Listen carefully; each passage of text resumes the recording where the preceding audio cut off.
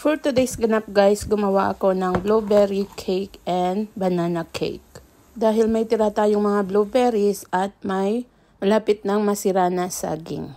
Matagal-tagal na rin akong dinag-bake kaya napatanong ng aking asawa kung kailan ulit ako gagawa ng cake. So dito guys, meron tayong dalawang malapit nang masira na saging pero okay pa yan. Mas maganda pa ng ganyang klase na ng saging guys para madali itong lamugin. At syempre gumamit na tayo dito ng tinidor guys para mamash ng mabuti. Pagkatapos naman nating imash ang ating saging guys, nagdagdag na ako dito ng 1/2 cup of white sugar. 1/4 cup of brown sugar. Ihalo sa na-mash na saging. At nagdagdag na rin ako dito ng 1/3 cup of melted butter. Haluin ulit guys. Then nagdagdag na rin ako dito ng vanilla. 2 itlog at 1/2 cup ng kahit anong klase ng gatas. Pwede evap, pwede full cream milk, kahit anong meron tayo sa bahay.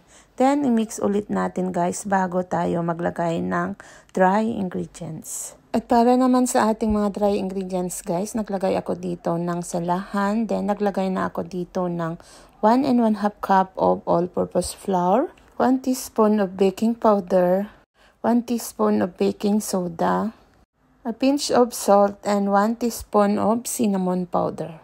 Then, salahin na natin para mawala yung mga namuong harina at baking powder at baking soda. At haluin na natin mabuti guys. Pag nahalo na ng mabuti, lalagay na natin sa nalagyan ng grease na pan at naglagay rin tayo sa bottom ng pan ng wax paper. And then, i-bake na natin sa preheated oven. At para malaman kung luto na guys, mag-toothpick check na lang tayo. At para sa blueberry cake naman guys, i-beat natin ang room temperature na 1/4 cup na butter. Hanggang ito ay mag-cream, then magdagdag tayo dito ng 1/2 cup of white sugar. Then, i-beat ulit hanggang ito ay mag-combine. Tapos, naglagay na rin ako dito ng 1 piece of medium egg. I-beat ulit natin guys hanggang ito ay maging soft and fluffy. At para magkaroon ng parang lemon taste guys, naglagay ako dito ng lemon zest. Nagdagdag na rin ako dito ng vanilla at 1/2 cup ng gatas. Kung gusto mo naman talaga malasahan ang pagka-lemon guys, pwede kang magdagdag dito ng about 2 tablespoons of lemon juice. Bawasan mo na lang sa milk. Then, i-beat ulit natin guys ang mga wet ingredients natin bago tayo magdagdag ng dry ingredients. At para sa ating mga dry ingredients, naglagay ulit ako dito ng strainer para masala yung mga namuong harina, baking powder, asin. Para sa ating dry ingredients guys, naglagay ako dito ng 1 cup of all-purpose flour, a pinch of salt, and a teaspoon of baking powder. Then, salahin na natin. At para sa blueberry natin guys, ikot natin ito ng ating dry ingredients. Para pag i-bake natin, hindi lahat ng ating blueberry ay nasa bottom ng pan. Then, i-fold natin muna guys yung dry ingredients sa ating wet ingredients para maiwasang magtalamsikan ang ating dry ingredients.